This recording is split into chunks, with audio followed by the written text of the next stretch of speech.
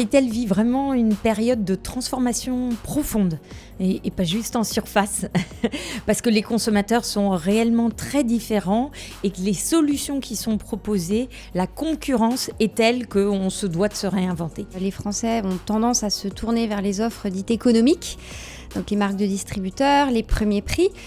Donc quelque part ça désavantage les marques nationales et les PME possiblement un peu plus que les autres, dans la mesure où les PME ont, on va dire, l'indice prix du marché le plus élevé. Et puis on voit aussi que dans les magasins, les enseignes poussent en termes de... dans les rayons, leur marque propre, et que ça peut être de nature à stopper un peu la progression des PME. Aujourd'hui, l'un des enjeux, c'est la réactivité, l'agilité, la rapidité. Parfois, les petites entreprises ont des structures plus agiles et notamment peuvent prendre des décisions plus rapidement que les grosses entreprises. Et à ce titre, elles doivent mettre en avant cet atout pour accompagner les retailers dans l'invention des nouvelles solutions.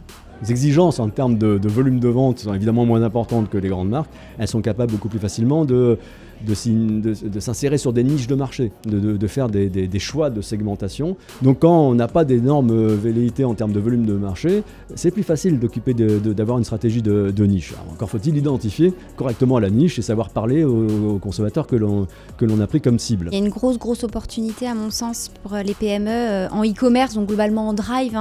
Les PME, elles vont peser quasiment 2 fois moins lourd en e-commerce que ce qu'elles pèsent dans les magasins physiques. Donc bien sûr, le circuit à chouchouter, c'est les magasins physiques parce que c'est là que le gros du chiffre d'affaires est fait. Mais il y a un vrai potentiel de développement. Il faut que les PME réussissent à implanter leur offre dans ce circuit de distribution qui est quand même en très forte progression par rapport à l'avant-crise.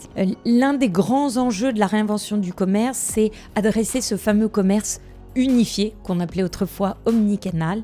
Ce consommateur actuel qui passe du quick commerce à la petite AMAP de quartier, au petit primeur, au supermarché, aux courses en ligne. Il est vraiment pluriel.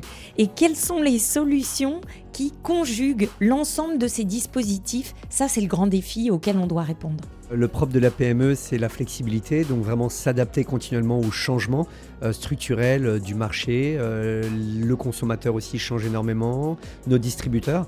Et donc là, vraiment, pouvoir se dire, avec tous les chamboulements qu'il y a actuellement, comment pouvoir se suradapter et pouvoir sans surréagir, mais pour autant agir dans le bon sens. Je pense que c'est vraiment dans le rôle des dirigeants d'anticiper les événements à la lumière justement de tout ce qui peut nous arriver. Cette idée de regarder dans le passé sur comment l'inflation a pu impacter l'activité en 2008 pour projeter sur 2022, 2023 et tout en intégrant les éléments de la dynamique très particulière de 2021-2020 liés à la pandémie. Donc il y a aussi un peu un système de confiance à avoir pour se dire j'ai pas les moyens des grands groupes de pouvoir surréagir rapidement et je vais plutôt avoir cette version langue et m'appuyer sur mes piliers, sur mes valeurs que nous les PME en fait avons au sein de notre ADN pour pouvoir en confiance avancer dans les turbulences. Lorsque on fait les choses bien et qu'on fait du business bien, on peut se tourner vers des concepts comme l'entreprise à mission qui aujourd'hui doit parler aux PME parce que c'est quelque chose qui s'inscrit dans le temps